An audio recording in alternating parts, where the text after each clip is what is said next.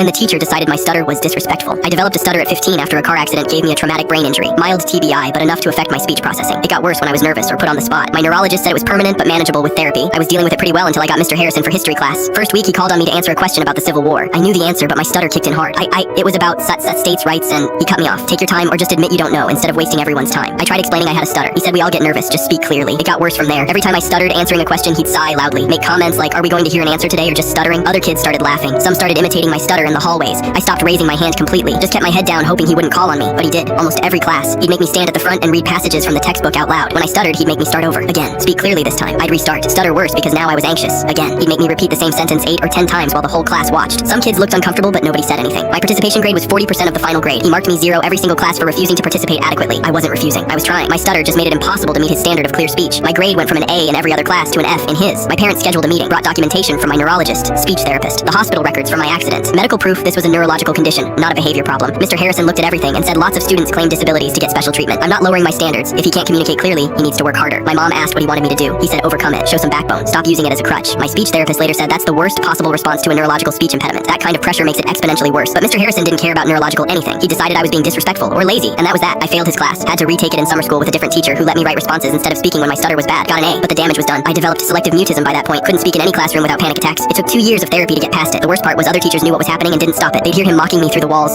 see me standing at the front of his class repeating the same sentence over and over while kids laughed. Nobody intervened. Nobody reported it. The school valued teacher authority over student safety. My parents tried to get him disciplined. The school said it was a difference in teaching philosophy, that he had the right to set his own classroom standards. A speech pathologist we hired to evaluate me later wrote a letter saying Mr. Harrison's treatment likely caused permanent psychological damage and demonstrated shocking ignorance of neurological conditions. The district buried